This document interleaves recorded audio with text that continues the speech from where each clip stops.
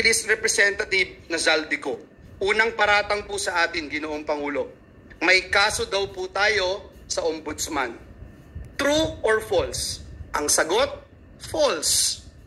Ang pinag-usapan ng gawa-gawang reklamo noon, isang sulat po na mula sa ating opisina. Ito pong gawa-gawang reklamo noon ay katawa-tawa sapagkat ang ginamit po, kung po pwede po nating ipakita, na font ay Comic Sans. Yan po ang ginamit na font, pang-comedy po. Ang letterhead po na ginamit ay Buhay Party List. Mr. President, the last time I checked, ang tatay ko po, hindi po si Brother Mike Velarde. Ngunit mahal ko po siya.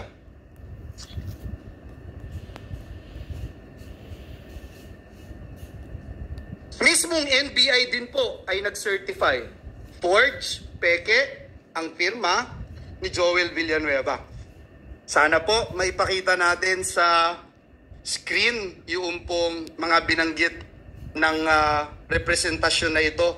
And we are willing to wait kung hindi pa po ready, Mr. President. Yes, if there are technical difficulties, maybe we can suspend until sapagkat ayaw po natin ng walang resibo at ayaw natin ng walang ebidensya. Session suspended for 1 minute. Yung Comic Sans na ginamit. Ultimo po, si King of Comedy, Dolphy, hindi po ginagamit yung ganyang font. At higit sa lahat, sana po makita natin yung dun sa taas, representative daw po ako ng Buhay Party List, Mr. President. Mr. President, ito po ay katibayan na nung mga panahon na yon, 2016 pa po ito, Mr. President, bago ho ako maluklok bilang senador ng Republika ng Pilipinas. Pine-persecute na po tayo, pinararatangan, pero tapos na po ang laban. Noon pa po, na-dismiss na po ang ibinasurang lahat ang gawa-gawang reklamo na ito sa atin. Dinismiss na po ito. Pwede ubang pakita natin yung dinismiss na po.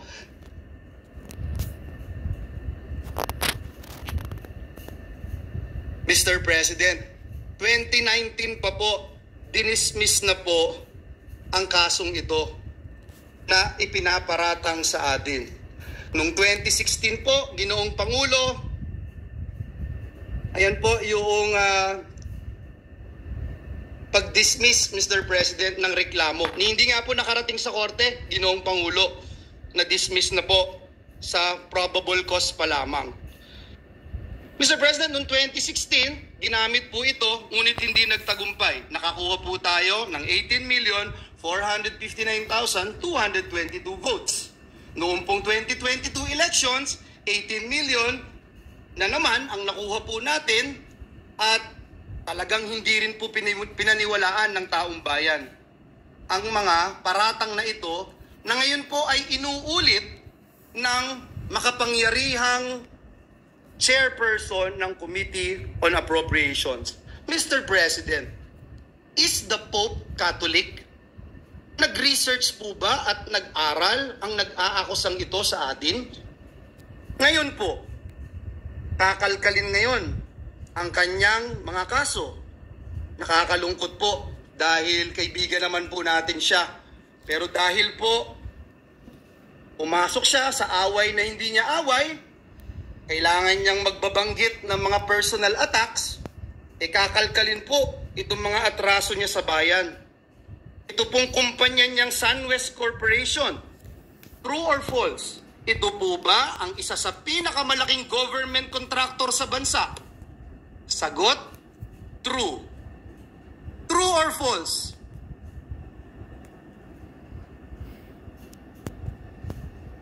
Ang korporasyon po ba niyang SunWest Corporation ay kasama dito sa kontrobersyal na Pharmaly? Pharmaly. Ayan, Zaldico. Case baho mo. Dito na inimbestigahan sa Senado. Lumabas ng baho mo, Zaldico. Kasuhan ng Senado. The answer is true. Kasama din po ba ang kumpanya niya dito po sa kontrobersyal na DepEd laptop scam? Ang sagot po, true. Yes. Pinakakasuhan din po ng Senado ang kumpanyang ito. Napakadami pong BIR cases. Oho. Madali po maghanap, Mr. President. BIR cases Madali mo, po Saldico, ah. kuhanin ang panig ng mga taga-BIR. Kung ilang kaso mayroon ang kanyang mga korporasyon. Bukod po dito, yung reklamo po sa ombudsman ng anti-corruption group na ang pangalan Task Force Kasanag International, meron din pong 50 billion na kaso na kinakaharap ang taong ito. Grabe, Mr. ah. President, kung maglalabas po kayo ng baho, Mr. President, dapat naman siguro maligo ka muna. Correct. Ang masaklap po, Ginoong Pangulo, sa kabila po ng track record na ito ni Mr. Saldico, ang masaklap po, inappoint po siya ng Kamara de Representantes bilang tagapagbantay ng kaban ng bayan. Si Dracula, inappoint mo bilang tagapagbantay ng blood bank ng bayan. Dracula ka pala. Wow, Saldico. Mr. President. Kailan sa kasaysayan ng bayan natin nangyari ang ganitong pagkakataon? Ang Na ganda isang ng big-time speech. contractor ang hahawak sa kaban ng bayan. Only in the Philippines, Mr. President. Correct. Mr. President, Only in this damn marami po akong Philippines. pwedeng sabihin, isa-isahin, pero hindi ko ngayon gustong pag-usapan ang napakarami yung kasong ito.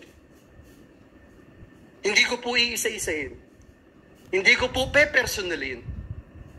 Marami pong panahon para sagutin itong mga ito. Pangalawang paratang sa atin, Mr. President. Minamaliit ko daw po, Mr. President. Minamaliit ni Joel Villanueva ang boto ng mga kongresista at party list. Sagot? True or false? False. Mr. President, utang ng buhay kong ito ang pagiging miyembro ng Kamara de Representantes. Paulit-ulit ko pong sinabi sa bulwagang ito, hindi ko mararating ang anumang tagumpay na narating ko sa buhay ko kung hindi po ako naging miyembro ng Kamara de Representantes. Marami po akong namimiss, Mr. President, na miyembro ng Kamara. Mahal na mahal natin. Si Representative Diggs Dilangalen, si Representative Raul Delmar, si Representative Roy Logoles, Tito Kaloy Padilla. Ang sarap pakinggan, Mr. President. Sa mga party list representatives, sila ka Eta Rosales, sila ka Saturo Campo, sila ka Crispin Beltran. Mr. President, naging bahagi sila ng aking buhay. Mamaliitin ko ba ang 3,872 votes na maging kongresista ng Batanes? Bakit ko po mamaliitin? Lagi ko nga pong sinasabi, dapat pakinggan ang bawat representative ng Pilipinas. Doon po sa interpellation namin, nandito po si Senator Bato, madali po niya ikukumpirma. Ano ba yung pinag-uusapan namin about votes? Ang topic po namin ay disenfranchisement. Ang binanggit po namin ay kung tayo po ay iluluklok ng taong bayan bilang senador, tayo po ay iluluklok ng taong bayan bilang party list representative o bilang district representative, may different roles po tayo.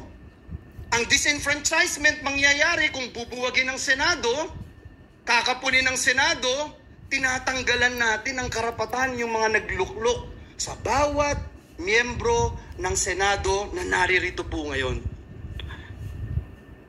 Mr. President, kailanman hindi natin kayang maliitin ang bawat miyembro ng Kamara de Representantes. Higit sa lahat, Mr. President, miyembro po ng Kamara at party list ang tatay ko na mas mahal ko pa kaysa sa buhay ko, Mr. President. And let the records bear that statement of this representation. Paano ko po mamaliitin ng Kamara? Ang tunay na issue, Mr. President, ay ito pong Peking People's Initiative. Dito po tayo mag-focus. Madali ho maghalit para sa akin. Madali po para magsisigaw ho dito dahil kakampi ko maraming senador. Madali po yun, Mr. President. Napakadali. banggitin isa-isa itong kaso na ito. Ilang bilyon dito, ilang bilyon doon. Madali po sabihin, pero hindi po yun ang focus. Ang focus po natin, Mr. President, at hindi tayo dapat maging personal, ay banggitin natin itong bigger issue. This issue which is bigger than myself, which is bigger than you and me, which is bigger than this institution, Mr. President, and this is the soul of our nation, our Constitution, Mr. President. Imagine, Mr. President, true or false, Mr. President? Gusto ba ng taong bayan itong mabahong PI o peking People's Initiative, Politicians Initiative na ito? Yung OCTA po, sabi 1% lang ang naniniwala na may halaga itong tsa-tsa. Noong January 31, ang CBCP nagbigay po ng pahayag na sabi po nila, hindi tayo basta lalagda o papayag sa kahit anong petisyon sa COMELEC. Ayan po ang sinabi ng CBCP. Can we show the CBCP resolution, Your Honors? Ayan po. Noong pong isang linggo, February 11, ang Philippines for Jesus Movement ay naglabas po ng isang manifesto laban sa Peking People's Initiative. Mr. President, maliwanag pa po sa sikat ng araw. Hindi ito ang prioridad ng taong bayan. Lalo na't maraming Pilipino ang nagugutom at nahihirapan. Tama. Hindi na po nakakayanan ng ating mga kababayan yung presyo, taas ng presyo ng bigas, sardinas, kape, gatas, instant noodles, maging asin, at iba pa. Nagluluksa pa rin hanggang ngayon ang maraming kababayan natin. Biktima ng baha at landslide doon po sa Davao. Nagsimula na ang El Nino, Mr. President. Anong magagawa nitong Peking PI sa El Nino? May haharapin tayong tagtuyot. May haharaping tagtuyot ang ating mga magsasaka, Mr. President. Mga kababayan natin na hanggang sa buwan ng Mayo haharapin ang El Nino. Bagsak pa rin ang kalidad ng edukasyon. Andyan po ang mga commissioners ng EDCOM sa pamumuno ni Senator Gatchalian. Kulelat pa rin ang mga estudyante natin sa PISA. Mga bagong graduates, below minimum wage.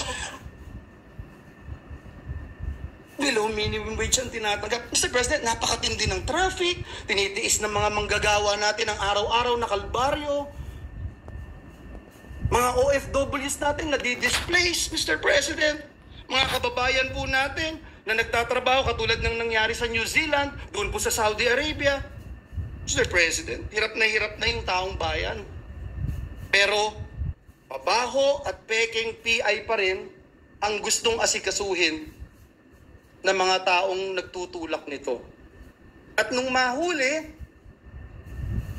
mayabang lang kayo. Senado, papogi lang kayo. Senado, gawin nyo to, gawin nyo yan. Mr. President, ano ba talagang layunin ng mga taong nagsusulong ng Peking PI? Tanggalin ang Senado sa napakahalaga at napakasagradong proseso ng pag-amyenda o pagrepisa ng ating Constitution. Is this true or false? True, Mr. President, ang sagot. Iyan po ang nakalagay sa pinapipirmahan nila. Mr. President, may nanununog ng bahay natin, nahuli natin, may dalang sulo, sinusunog ang ating mga poste ng bahay natin, at nung mahuli natin sila, sa halip na magpakumbaba, sa halip na aminin na sila'y nagkamali, sila pa po ang galit, Mr. President. Sila pa po yung nambubuli. At nung mahuli po natin, ayaw pa rin pong umamin sa kanilang kasalanan. Sa halip po, minumura tayo, tinitira tayo ng below the belt, kesyo pangit tayo, mayabang tayo, etc. Sila pa ang galit at sabi pa sa atin, hoy, pagluto mo pa ako. Hoy, next week, ipasa mo to. Mr. President, hindi ho punching bag ang Senado. Naniniwala akong hindi tayo papayag maging punching bag, Mr. President. Sa mga kababayan po nating nanonood ngayon, sa mga kababayan po nating sumusubaybay, kapag nangyari po ang gusto nilang pagbabago sa konstitusyon, mababaliwala po ang inyong Senado. At mas magiging madali ng magpalit ng konstitusyon kaysa magpalit ng pangalan ng kalye. Ito po ba ang gusto natin dito sa Pilipinas? Uulitin ko po. Gusto nilang buwagin at tanggalin ang boses ng Senado samantalang hindi mabilang ng mga landmark legislations na tinrabaho ng mga miyembro ng Senado. Uunahin ko na po kayo, Senate President. Yung Bangsamoro Organic Law, kung wala po kayo, hindi ko kayo nagsulong nito, hindi ko magiging batas ito. Si Senator Loren Legarda, kung hindi pinangunahan itong Clean Air Act, Clean Water Act, Ecological Solid Waste Act, may mangyayari po kaya? Si Senator JV, kung wala, may Universal Healthcare Act kaya? Si Senator Risa, kung wala, may Expanded Maternity Leave Law kaya? Mr. President, si Senator Angara, meron kayang Tatak Pinoy, may Regional Specialty Centers. Si Senator Binay, meron kayang Expanded NIPAS Act, Anti-Child Sexual Abuse or Exploitation Materials Act. Si Senator Alan Cayetano, meron kayang Good Manners and the Values Education Act. Meron kayang Bayanihan to Heal as One Act. Meron kayang Bayanihan to Recover as One Act na isinulong ni Senator Alan Cayetano. Si Senator Pia Cayetano, meron kayang Reproductive Health Act, may Cheaper Medicines Act, meron kayang Syntax Reform Law, etc. Si Senator Bato, meron kayang BFP Modernization Act. At just recently, itong PNP Reorganization Act. Si Senator Jinggoy, kung wala, meron ko kaya itong Strengthening Professionalism and Promoting the Continuity of Policies and Modernization Initiatives in the AFP. At higit sa lahat, mamaya itatakel na natin yung pagtaas ng sweldo ng mga manggagawa. Kung wala si Senator Win, meron kayang Excellence in Teacher Education Act. Kung wala si Senator Bongo, meron kayang mga malasakit center sa Pilipinas. Kung wala si Senator Grace po, meron kayang amendments to the Public Services Act. Kung wala po si Senator Bong Revilla, meron kayang Teaching Supplies Allowance Act. Wala si Senator Tolentino, meron kayang resetting itong mga nangyaring kailangang eleksyon at itong mga paglilitis at pag-iimbestiga ng Senado sa mga anomalya na nangyayari sa ating bayan. Kung wala si Senator Amy Marcos, meron kayang amendments to the Foreign Investments Act. Mr. President, I can go on and on and on, Mr. President. Kung gaano karami ang tinrabaho ng inyong Senado, hindi para sa personal na interes, hindi para lumawig ang aming mga termino, hindi para lumaki ang pondo na aming kailangang hawakan. Mr. President, Ginoong Pangulo, patuloy po akong nagdadasal. Patuloy kong ipinagdadasal ang ating mga kasamahan sa Kamara de Representantes. Lalo na po si Ginoong Zaldico. Mr. President, kung ayaw niya pong maniwala sa akin, i-quote ko na lang po yung sinabi ni Speaker Martin Romualdez. Don't throw stones if you live in a glass house. Yan po ang sinabi ni Speaker. Sana po marinig po ng ating mga kasamahan. Pinapanalangin ko po na bigyan tayo nawa ng Panginoong Diyos ng lakas, talino, maging kakayahan para magpatawad, Ginoong Pangulo. At pagtuunan ng pansin higit sa lahat, ano po ba ang tunay na kailangan ng bayan ngayon? At ipanalo natin ang taong bayan. Sa halip na pagtuunan natin ng pansin kung sinong mas magaling, kung sinong mas magandang lalaki o kung sino man ang mas mayabang.